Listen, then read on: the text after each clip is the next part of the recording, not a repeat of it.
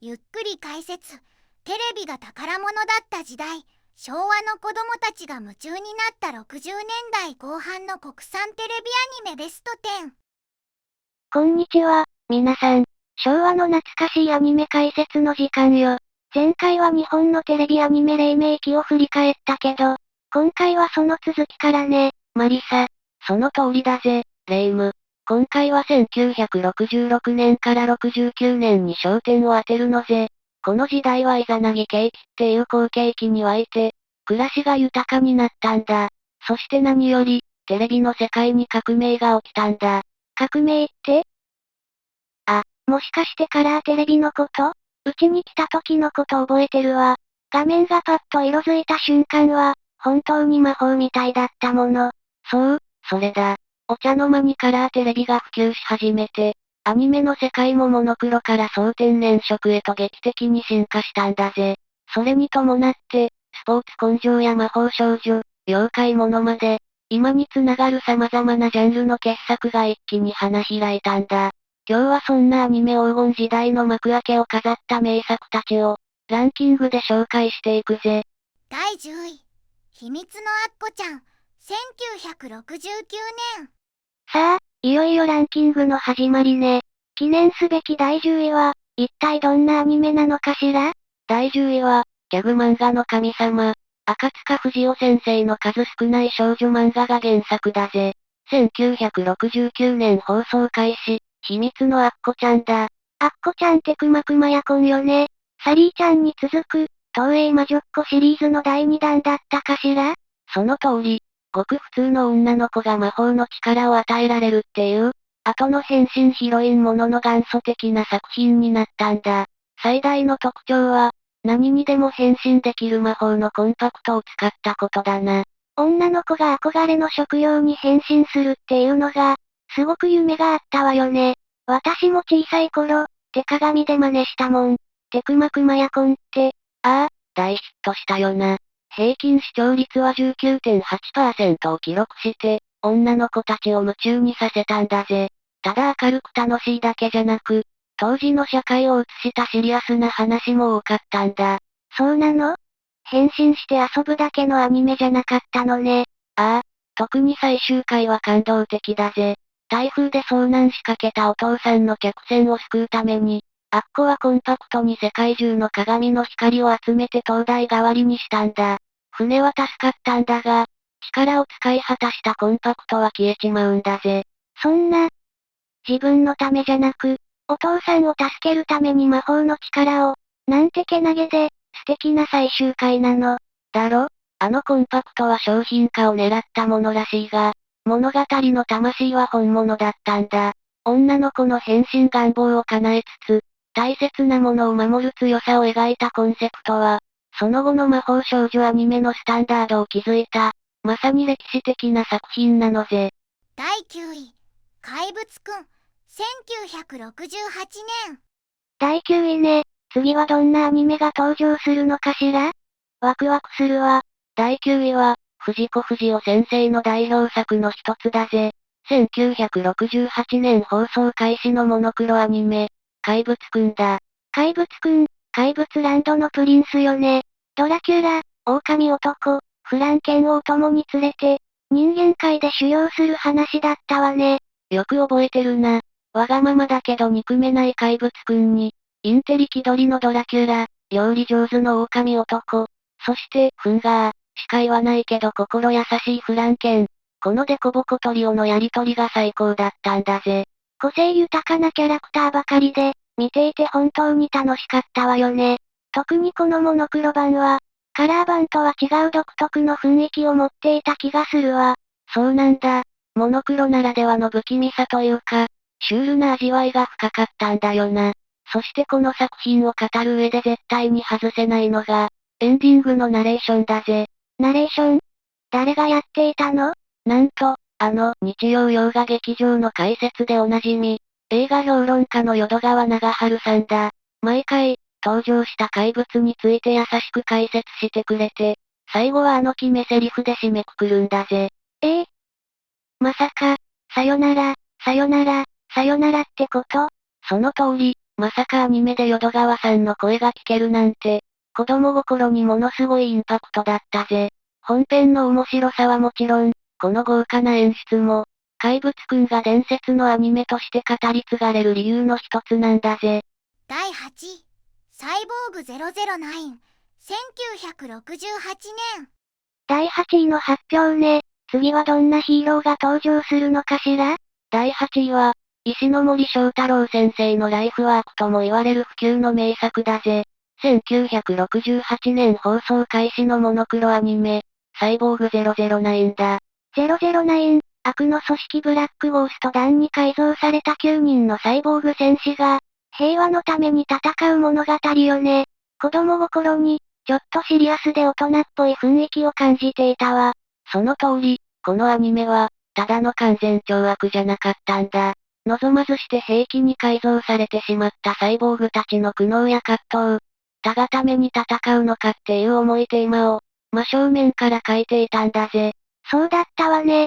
主人公の島村ジョーが、奥歯のスイッチで加速するシーンは、本当にかっこよかったけど、どこか悲しげな表情をしていたのを覚えてるわ。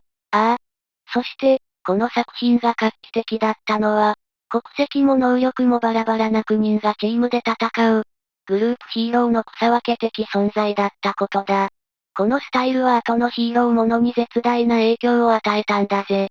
確かに、一人一人のキャラクターが立っていたわよね。イギリス出身の007が、なぜか子供の姿だったのが印象的だったわ。ああ、原作では大人のシェイクスピア俳優だったんだが、アニメ化にあたって子供に変更されたんだ。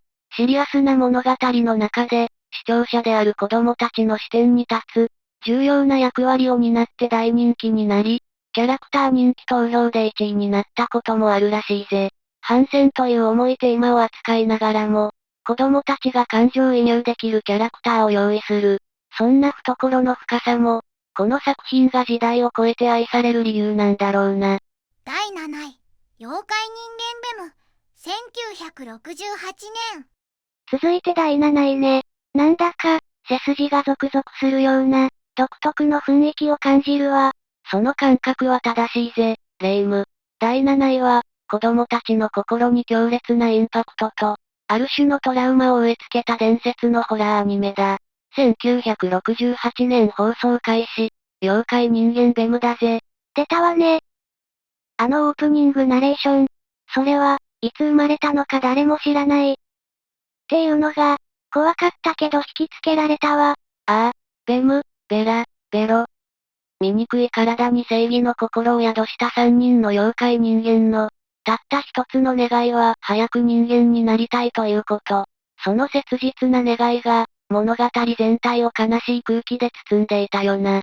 人間を守るために悪い妖怪と戦うのに、いざ正体を見られると、助けたはずの人間から、化け物、って石を投げられてしまう。毎回、本当に切なくて、見ていて胸が痛くなったわ。そうなんだ。悪を倒して事件を解決しても、決してハッピーエンドにはならない。最後は人間に拒絶され、悲しみを背負って次の街へと去っていく。この救いのないラストが、ベムの定番だったんだ。どうしてそんなに悲しいお話にしたのかしら？人間の心の奥にある差別や偏見、そういった人間の業のようなものを、子供向けアニメという形で書こうとしたのかもしれないな。明るく元気なヒーローが主流だった時代に、ここまでダークで哲学的な作品を生み出したんだ。伝説として語り継がれるのも当然だぜ。第6位、魔法使いサリー、1966年。第6位ね。ここまでは男の子向けのアニメが続いたけど、そろそろ女の子が夢中になった作品も来るかしら？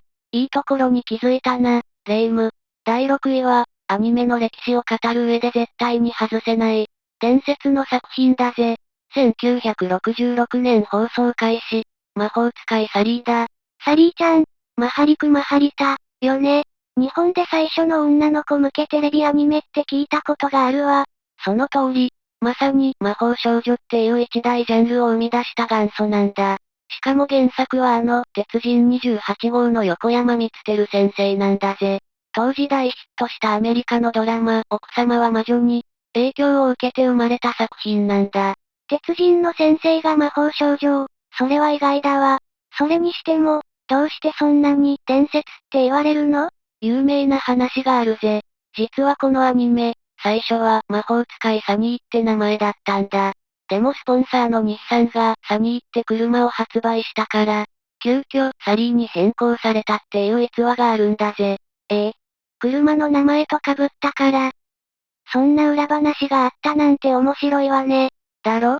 さらにこの作品は、時代の変化そのものを体現してるんだ。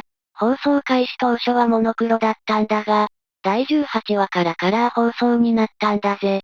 アニメの世界に色が灯った歴史的瞬間だったんだ。まさに、イントロで話したみたいに、お茶の間にカラーテレビが普及し始めた頃と重なるのね。アニメの歴史が色づいた、感動的な瞬間だったのね。すごいわ。そうなんだ。新しいジャンルを切り開き、テレビのカラー化という時代の節目を象徴した。だからこそ、魔法使いサリーは、ただの懐かしいアニメじゃない。特別な金字塔として輝いているんだぜ。第5位、アタックナンバーワン、1969年。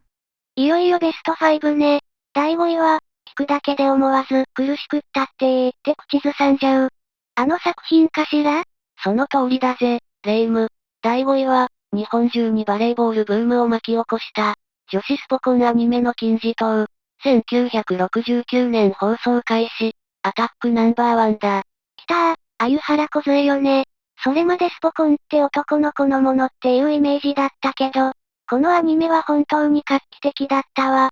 ああ、この作品が生まれる大きなきっかけになったのが、1964年の東京オリンピックで金メダルに輝いた、女子バレー日本代表、東洋の魔女の存在だ。彼女たちの活躍が、日本中を熱狂の渦に巻き込んだんだぜ。なるほど、あの熱狂が、このアニメを生んだのね。梢と、親友の早川みどり、二人が涙を流しながら猛特訓する姿に、毎週ハラハラしながら見ていたわ。そうだな。緑が編み出した、この葉落としみたいに、必殺技が生まれる瞬間のカタルシスは格別だったよな。でも、この作品の魅力はそれだけじゃない。梢を支え続けた一ノ瀬勉くんが事故で亡くなってしまうなんて、あまりにも衝撃的で過酷な展開もあったんだ。そうだったわ。あれは本当に悲しかった。ただのスポーツアニメじゃない、深い人間ドラマがあったのよね。その通りだぜ。だからこそ、多くの少女たちが感情移入し、最高視聴率 27.1% を記録するほどの社会現象になったんだ。このアニメを見て、バレーボール選手を志した女の子は数えきれないだろうな。まさに、時代を動かした一本なのぜ。第4位、ゲゲゲの鬼太郎、1968年。さあ、第4位よ。妖怪人間とはまた違った、もっと日本の風土に根ざした妖怪アニメといえば、やっぱりあれしかないわよね。その通りだぜ。第4位は、半世紀以上にわたって日本人に愛され続ける、妖怪アニメの最高傑作、1968年放送開始、ゲゲゲの鬼太郎の記念すべき第1シリーズだ。来た来た来たー、私の鬼太郎よ。この第1シリーズはモノクロだったから、水木しげる先生の描く、あの独特の不気味な雰囲気が際立っていたわよね。そうなんだよな。白黒の映像だからこそ、闇の深さや妖怪たちの得体の知れなさが、より強調されていたんだ。そしてなんといっても、あの中毒性の高い主題歌だ。ゲゲゲのゲは、一度聞いたら脳から離れないぜ。本当にそうよね。あの歌のおかげで、日本中の子供たちが鬼太郎のファンになったと言っても過言じゃないわ。キャラクターもみんな魅力的だったし。ああ、正義感あふれる鬼太郎はもちろん、息子のことを何よりも心配する目玉親父。そして金のためなら平気で鬼太郎を裏切るけど、どこか憎めないネズミ男。この三人の絶妙な関係性が物語に深みを与えていたんだ。ネズミ男がいるから、鬼太郎の純粋さが引き立つし、目玉親父がいるから、家族の温かみも感じられるのよね。まさにその通りだ。このアニメの大ヒットが、それまでちょっぴり怖い存在だった妖怪を、一躍お茶の間の人気者にしたんだ。日本の妖怪文化そのものを変えたと言ってもいい、歴史的な作品なのぜ。第3位、サザエさん、1969年。いよいよトップ3の発表よ。第3位は、日曜日の夕方の代名詞、あのお魚家族しか考えられないわ。もはやアニメというジャンルを超えた日本の文化そのものだぜ。第3位は、1969年10月5日に放送を開始した、不滅の国民的アニメ、サザエさんだ。やっぱり、放送開始から半世紀以上、一回も休まずに放送を続けているなんて、最も長く放映されているテレビアニメ番組として、ギネス世界記録にも認定されているのよね。本当に、とてつもない記録だわ。まさに生ける伝説だな。特別な事件が起こるわけじゃない。磯野家のほのぼのとした日常を描くことで、昭和の古き良き時代の日本の家族の姿を、今に伝え続けてくれている。あの何気ない日常の温かさこそが、サザエさん最大の魅力なんだぜ。本当にそうよね。サザエさんのカラッとした明るさ、波平さんのバッカモーンっていう雷の裏にある優しさ、船さんの大きな愛情、キャラクター全員が、まるで本当の家族みたいに感じるもの。それを支えた声優さんたちの力は本当に偉大だったわ。その通りだ。今も現役でサザエさんを演じ続ける加藤みどりさんはもちろん、あの威厳と愛情に満ちた波平さんを長年務め上げ、多くの方に愛された長井一郎さん。そしてカツオ役は、初代があのドラえもんの大山信代さんで、その後を長く高橋和恵さんが務められたんだ。多くのベテラン声優が交代しながらも、まさに日本アニメ界のレジェンドたちが、あの温かい世界を長年作り上げてきたんだぜ。カツオくんの初代って大山信代さんだったの。それは知らなかったわ。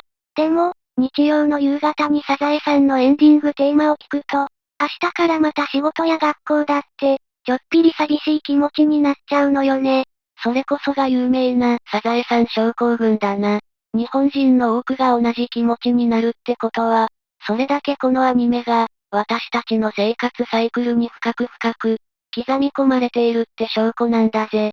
もはや日曜日の夕日そのものみたいな、絶対的な存在なんだよな。第2位、タイガーマスク、1969年。いよいよ第2位の発表ね。ここまで来たら、もうあの孤高のヒーローしかいないんじゃないかしら。白いマットのジャングルで戦う、あの虎よ。男なら誰もが魂を震わせ、拳を握りしめた、孤高の虎だぜ。第2位は、1969年放送開始、タイガーマスクだ。やっぱり、あのオープニングは今でも鮮明に覚えてるわ。虎だ、虎だ、お前は虎になるのだ。っていう魂のナレーションからの、あの哀愁漂う主題歌、イントロだけで鳥肌が立つもの。そうなんだよな。あの富田康生さんの魂の叫びこそが、タイガーマスクの全てを象徴してるんだ。原作は、巨人の星と同じ、スポコンのカリスマ梶原一騎先生。当時の力道山から続く空前のプロレスブームもあって、まさに社会現象になったんだぜ。主人公の伊達直人も、ただの正義のヒーローじゃなかった。悪役レスラー養成機関虎の穴で殺人トレーニングを積んだエリート悪役で、組織を裏切った裏切り者っていう設定が、物語にたまらない深みを与えていたわ。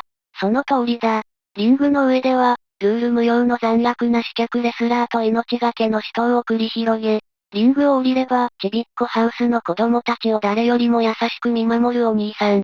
このあまりにも違いすぎる二つの顔を持つがゆえの苦悩と孤独に、俺たちは心をわしづかみにされたんだ。正体を明かせないもどかしさが、たまらなく切なかったんだぜ。本当にそうよね。子供たちの未来のために、そして己の過去と決別するために、たった一人で巨大な悪の組織に立ち向かう。その姿は、子供ながらに涙なしでは見られなかったわ。そしてこのアニメが起こした最大の奇跡は、その熱狂がブラウン管の中だけにとどまらなかったことだ。なんと、現実の世界にまで影響を与え、後に新日本プロレスのリングに、初代タイガーマスクこと佐山悟さんが颯爽と現れたんだぜ。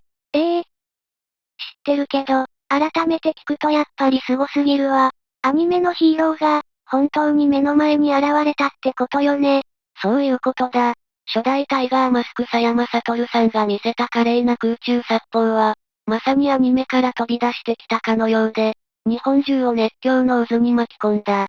架空のヒーローが現実に降臨するなんて、後にも先にもこれほどの衝撃はないだろう。アニメが時代を動かした、まさに伝説中の伝説なのぜ。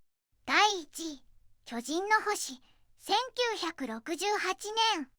ついに来たわね、栄光の第1位。60年代後半の国産テレビアニメの頂点に立つのは、もうあの作品以外ありえないわ。ああ、もはや説明不要。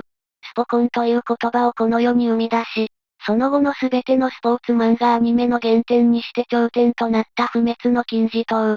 1968年放送開始、巨人の星だ。やっぱり、星ヒューマ、もう名前を聞くだけで胸が熱くなるわ。父一徹の常軌を逸したスパルタ教育、その象徴だった大リーグボール養成ギプスは、あまりにも有名よね。そうだな。あれはもはやただのアニメのアイテムじゃない。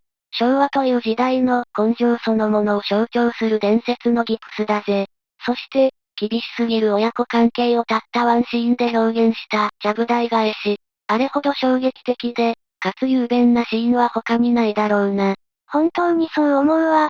でも、巨人の星がすごかったのは、主人公のヒューマだけじゃなかった。ライバルたちの存在感が、もう圧倒的だったもの。その通りだ。血の滲むような努力でのし上がっていくヒューマとは真逆の、生まれながらの天才にして、すべてを兼ね備えた貴公子、宿命のライバル、花形満。彼の存在なくして、巨人の星は語れないぜ。他にも、朴突な九州男児左門豊作など、魅力的なライバルたちが物語を何倍にも熱くしたんだ。花形満が大リーグボール3号を打つために、専用のピッチングマシンまで作らせたっていうエピソードは有名よね。そのマシンが魔球の威力に耐えきれずに爆発してしまうなんて、ヒューマが血と汗で生み出した魔球と、それを打ち破ろうとするライバルたちの執念の対決には、毎週テレビの前で固唾を飲んで見守っていたわ。大リーグボール1号がバットを避けて三振を奪う衝撃。消える魔球、大リーグボール2号の謎。そして自らの野球生命を削って投げる大リーグボール3号の悲壮感。その全てが社会現象になったんだ。最高視聴率はなんと 36.7% を記録。これは今では考えられない、まさに怪物的な数字だぜ。日本中の人々が、一人の少年の野球人生に、自分の人生を重ねて、泣いて、笑って、熱狂したのね。本当にすごい時代だったんだわ。ああ、不死の確執、友情、ライバルとの死闘、そして栄光と挫折。